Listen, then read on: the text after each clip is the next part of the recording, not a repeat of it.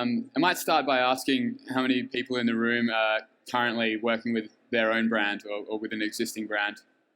Put your hand up. And how many people are sort of about to do something or thinking of doing something? Okay, good. So that's, I guess, reflecting what we're here to talk about today, which is how to go from the sort of existing position as a brand to growing. And as a 2-year-old brand, that's something that we're grappling with right now. So I'm not standing here with any answers necessarily, but certainly willing to share a perspective on what we're thinking about. Because this is how it feels. And I think you can certainly get this sense even walking around BCB. You can see, within 5 minutes, gin in packaging that you never would have imagined. You can see flavors that you never would have imagined. This is actually a beach in Hong Kong that was flooded by mainland Chinese visitors. Certainly takes away from the enjoyment somewhat. So I guess as a young brand in the current independent spirits market, there are a lot of additional challenges to an established brand, particularly the competitiveness, the crowded market, and also the way that impacts distribution, because you might find that a lot of the quality distribution partners are already busy with some fantastic brands. So that presents a few interesting challenges. Just a bit of background before getting into some of those issues on Never Never Distilling Co, which is a business that I co-founded 2 years ago. So we started pretty small. We purchased a still. It was a demo still. It was pretty cheap. We had 16 square meters in the back of a brewery. We basically asked every brewery and distiller and winery in our region in South Australia if we could have some space, and one little brewery was kind enough to give us a bit of space for next to nothing. We took about 9 months to do formal research and development at scale. That was after several years of small scale. And then at 4 months old, we were voted 7th highest trending global gin brand by Drinks International. So had a really good impact straight out of the gates. We launched in Asia not too long afterwards with our distribution partner, Singapore, Hong Kong, New Zealand. We then jumped to 3rd highest trending global gin brand 1 year later, and were lucky enough to win World's Best Classic Gin at the World Gin Awards in London. So we pretty much had as good a sort of start as you could ask for as a gin brand in a crowded market, but still really, really hard to grow into new markets. So I guess the question there at the bottom is, it's a good start, but we'll never actually achieve scale. Will we sort of break through the sort of industry thresholds that people put on, what they would consider a scale brand? And here are some thoughts on how to give it the best shot. So the first thing is that these days, just being different really isn't enough. Like you can see walking around how many different and new offerings there are. So you have to do more than be different. You have to solve a problem for people, for your customer. So what are you actually providing them? Do they really need a new obscure botanical? Do they really need the same gin in a different bottle? So in our case, it was about sort of going against the trend and actually going back to juniper as the core of gin, but doing it in a really big and complex and contemporary way. So everything we do is really based around juniper, from the production method and the detail that we go into in putting together the gins with multiple components of juniper, through to all of our brand activity, all of our events, all of our collateral and content is really based on that hero botanical. And by doing that, we're basically asking bars and retailers to say, if you only have limited space, why do we deserve a spot? Because we represent this very clear position in the category, and we represent something that isn't fickle, it isn't changing over time, something that deserves a spot. What do you need?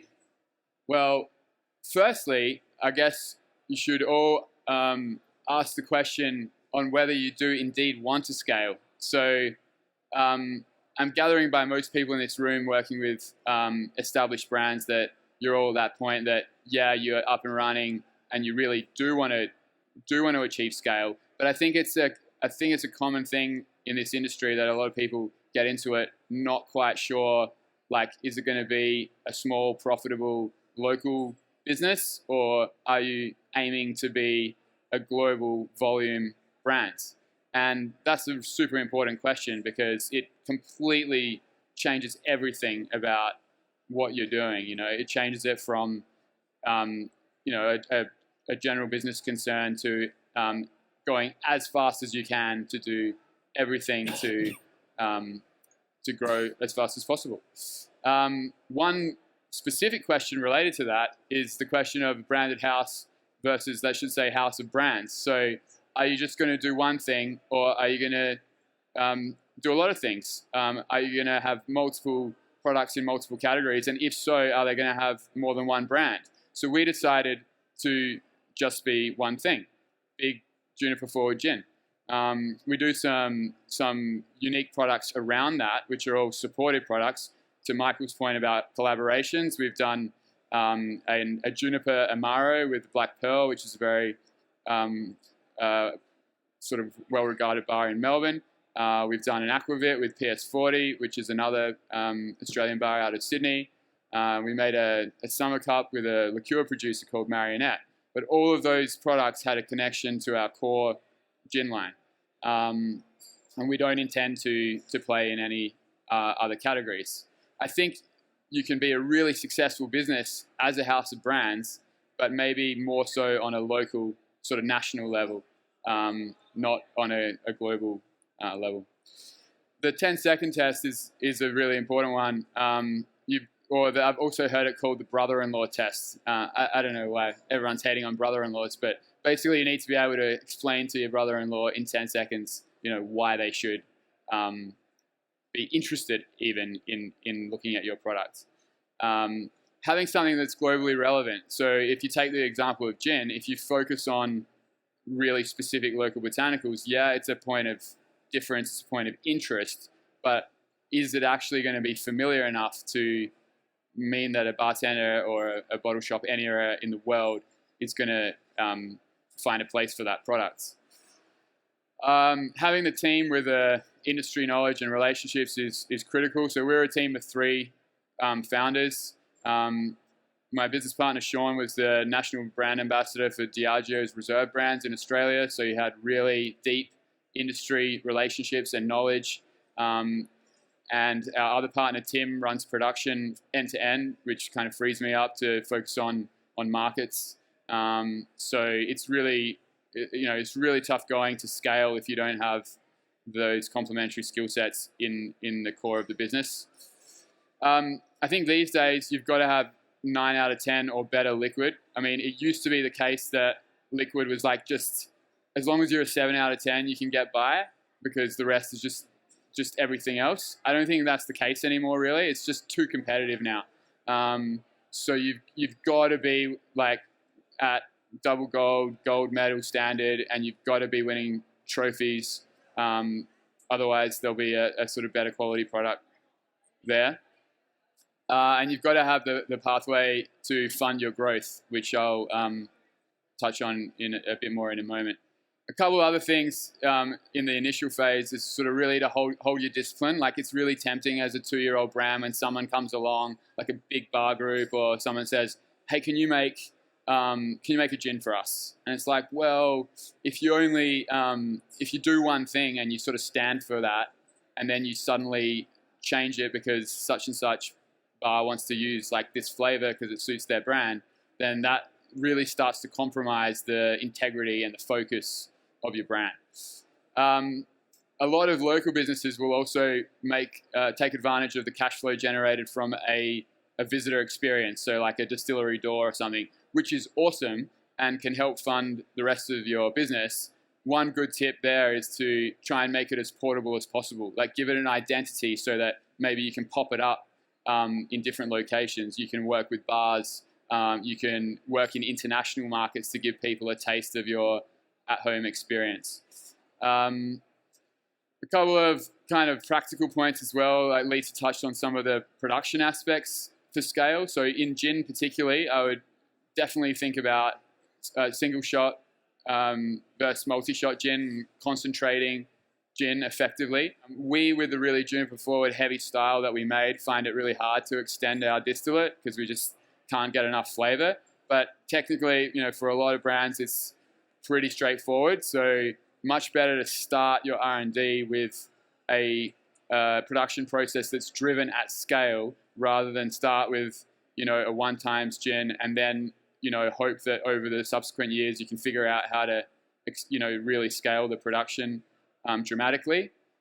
Same thing with looking at like your botanical supply chain. Like if you want to be big, you need to use botanicals that are going to be available over time, that are not going to be like hand foraged and highly seasonal and might be subject to drought and not available in a particular year and that sort of thing. Juniper prices are killing us at the moment, but that is the main thing of our brand, so that's something we've decided to accept.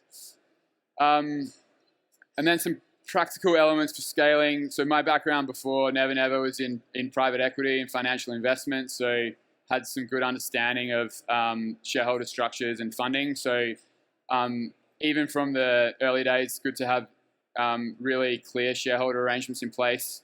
Like the number of times I've had distillers tell me, oh, the three of us started this brand, we all put the still together and so-and-so was producing and so-and-so was selling. And then they just decided not to come to work anymore. And it's like, what do you do then? You've got to have a negotiation. You've got to buy your other partner out.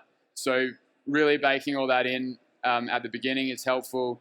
And having generally a shareholding structure that won't have sort of deadlocks, like two equal partners is always tricky.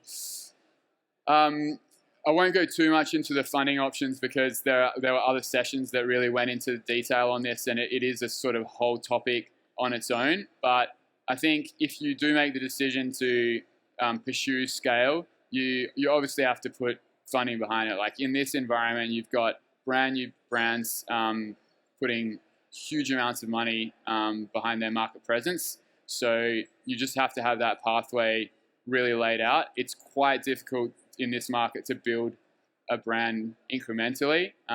It's possible, but investing in ahead of the curve is important. We've always taken that approach of just taking the next step before really we've had the cash flow to fund it. There's obviously a whole spectrum of things through equity, crowdfunding, private debt. Generally, bank finance not available for early stage distilleries, but established profitable businesses might be fine there. And that's pretty much all I had.